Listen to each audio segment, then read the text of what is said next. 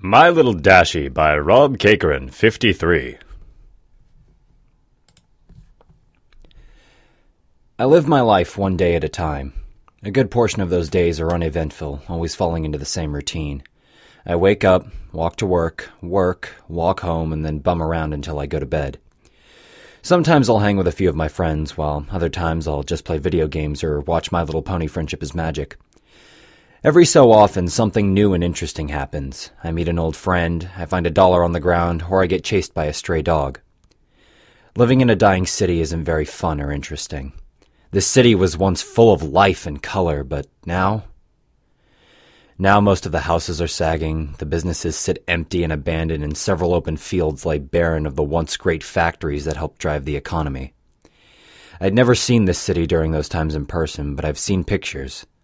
My mother and father lived happy, and they could only wish the same for me growing up. Sadly, I cannot say I have achieved that wish of theirs. I've fallen into the same dull routine. Wake, work, sleep, repeat. I do have some moments of bliss, but the daily struggles I go through outweigh the small moments of joy I have. My Little Pony has helped, but it's still just another thing to give my hopes up on. Every time I see the show or one of the ponies on a fan site, I recoil a bit at the bright colors, the joyful faces of the ponies, and the peaceful scenery in their world. It's so hard to look at that beautiful world, having it so close to my grasp. I reach out to touch its warm colors and bright, smiling faces of the ponies, only to be stopped by my computer screen. I snapped back to reality. It gets to the point where I will simply shut down my computer and walk away. I do that a lot, especially after my parents' deaths. I go for a walk. When I feel sad, I walk. When I feel tired, I walk. When I feel like walking, I walk. Walking has become my second life in a sense. I spend at least half of my day outside along the crumbling sidewalks and decaying suburbs. I've only seen people come and go. I've seen buildings torn down, burned up, or have so much graffiti on its walls that its original colors is unrecognizable. I very rarely pass any other people in my strolls. Most people don't like to look at their once beautiful city, their homes, or former businesses. I don't blame them. In fact, I envy them. They saw this place with their own two eyes, seeing the buildings still standing tall and proud, the lawns freshly cut, the paved roads, and the sidewalks still intact. The only thing I've ever seen that even comes close is my mother's paintings, each of them colorful scenes of this concrete world. She started painting once everything crumbled beneath her feet, making the sad scenery before her look beautiful. Her masterpiece is of an open field that yielded a parking garage. Over it, she drew an amazing rainbow. It's my favorite picture. I guess that's part of why I like Rainbow Dash the most out of all the other ponies. Her colors, the amazing sonic rainbow, all remind me of that picture. There have been times I wished I had my own Rainbow Dash, or more realistically, a plushie of her to curl up in bed with. I've made an old Simba into a temporary replacement until I'm able to save enough money for one. It helps, in a way. Like, holding it close will heal my wounds, my pain, and my sorrow. My feet, after countless hours of walking in my old shoes, pulsate under the sheet, and all the while I'll hold that stuffed animal harder than a mother protecting her child. It's the only thing I can look at and feel true joy, even if it isn't physically the Rainbow Dash I want. It'll have to do. Today, as usual, I walked to work. It was the same shit, just a different day. Watching the same people enter the store, grab their merchandise and pay, then walk out with bags in tow. My shift ended after several hours of this. I clocked out and started walking home. I decided to use a different route this time for a change in pace, a little something different from the normal path I walk. This part of town was hit the worst. Only a few houses still stand and none of them occupied. It truly is a sad sight to see. Then again, it's really the only sight to see. The only sight I'll ever see. Or so I thought. I was stopped by something unusual. A stray cardboard box in the middle of the sidewalk. Now, living in this kind of area, I see trash all the time. Boxes, McDonald's cups, and plastic bags litter the streets and empty fields, but rarely will I see a cardboard box that isn't crushed in one way or another. I noticed this particular box because it happened to be in my way. During my younger years, I tried to do what I could for the community. I'd pick up trash when I saw it, or I'd attempt to help my neighbors. It was a losing battle. Nowadays, I'd given up on any hope of cleaning this city, much less my neighborhood. Now, I'll just pass the trash by, letting it blow away in the breeze or sit there and decompose. I let what's left of the people do their own thing, since most of them don't care about anybody other than themselves. Why should I be any different? I walked past the box, barely giving it a glance. Nothing about it caught my attention right away. I continued on my way home, not far away now. Upon arriving, I sat down and played some games, attempting to push the box out of my mind. I had little luck, as the box somehow managed to push its way back in. Time crept on by, and I soon found myself waiting to go for another walk. I left my house and started down my usual route when I stopped. What was it about that box that made it stick out in my mind? I turned around, starting down the path I had taken to get home, the path that I only walk once in a blue moon. Curiosity got the best of me, and I wanted some closure. Within minutes I found it, still sitting there, sad and alone amongst the broken concrete and overgrown grass. I didn't move. It didn't stand out as if it were special. It was an ordinary brown cardboard box. I didn't want to say I came out here for nothing, so I walked closer to it. As I drew closer, however, I began to notice something inside. It was brightly colored, multiple colors in fact. It was quite small, maybe the size of a few-month-old Labrador puppy. I stopped beside the box and looked down at the colorful blob inside. This is where I currently stand, looking into the box at a small something. No, I know exactly what it is, but my brain isn't allowing me to fully realize it just yet. At first, I want to say it's simply a toy, left to die along with all the other things in this block. But then I saw it breathing. In fact, it appears to be sleeping. My hands are sweating, my breathing's erratic, and I'm blinking my eyes trying to refresh my vision. Each time the image stays the same. Inside is a sleeping Philly rainbow dash. I kneel down and try to get a closer look into the box. I can't believe what I'm seeing. There's not a physical, mental, or extraterrestrial way this could be here. How she could be here in my gloomy, dark, and horrid world. I examine the box further, and on the side it simply says in pen, "Give to a good home." The first thought that runs through my mind, besides the initial Philly rainbow dashes in a box, is, who would give up a Philly rainbow dash? My mind is now a mess of questions. How did she get here? Why is she here? Why is she a Philly? I mean, her flank is even barren of her cutie mark, meaning she is indeed a Philly. As I stand up to stretch my tired legs, I accidentally bump the side of the box with my foot, and the inevitable occurs. She wakes up.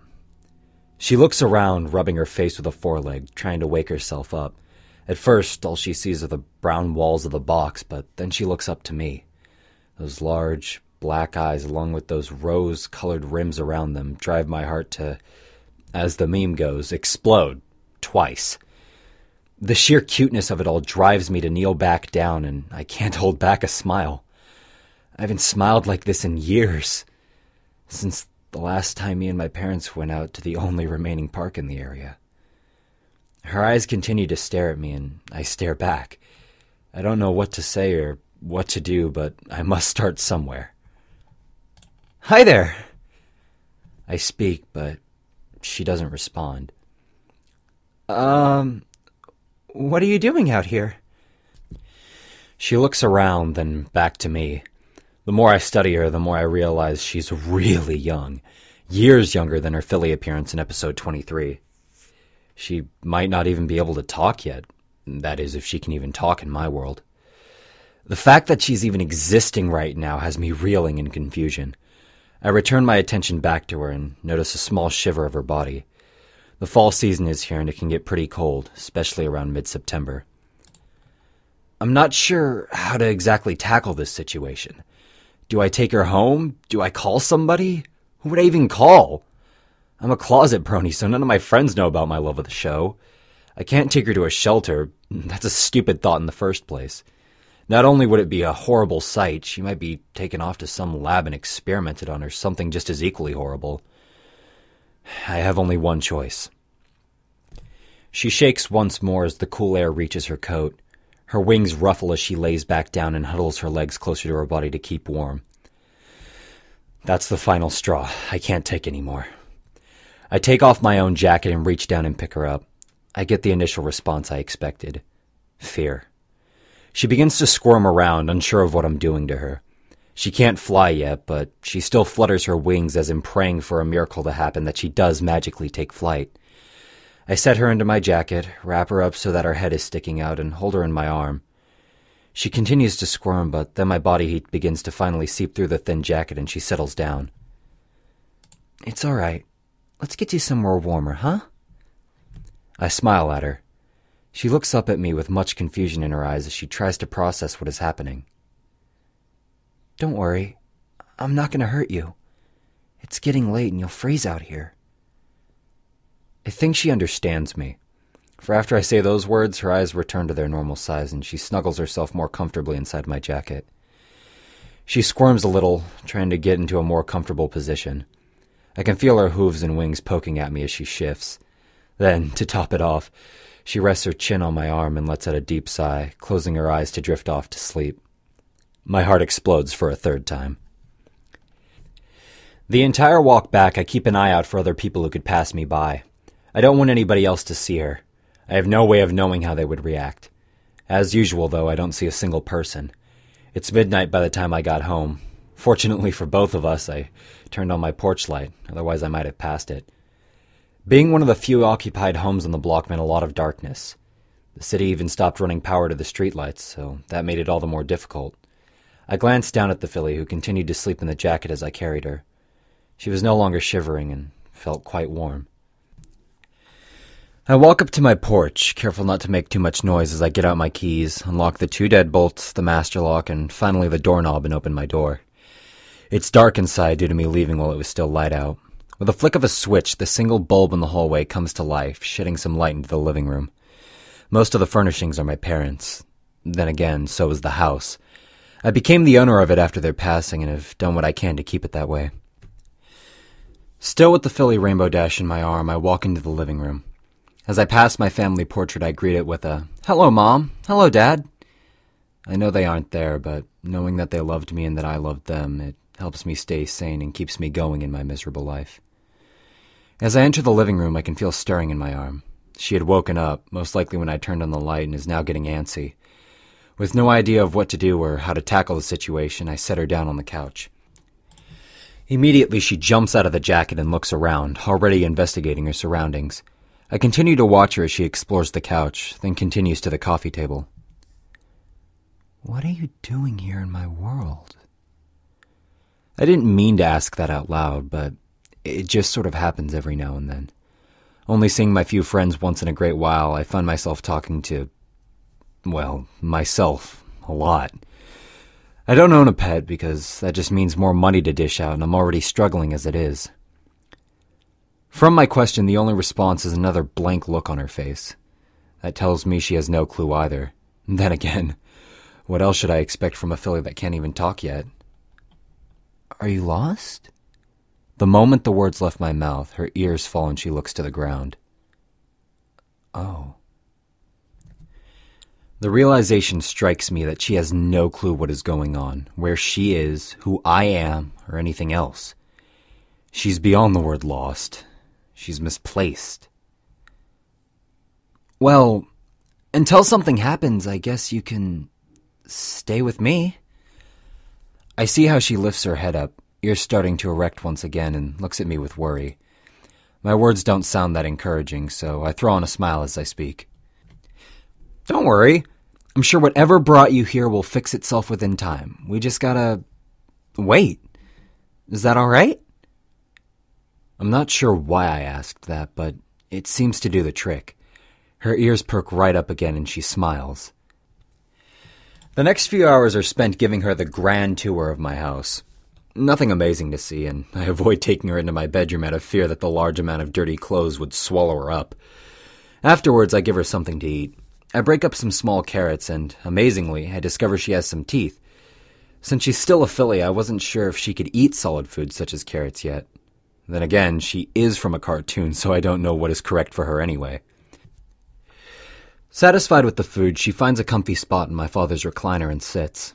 I don't mind, it's not like I sit in it. I was never allowed to when he was alive, so why should that change even after his passing? It's his chair. But I'm not going to be mean to the filly for not knowing that, so I let her sit where she's most comfortable. I also give her a small blanket to wrap herself in due to my house's current temperature.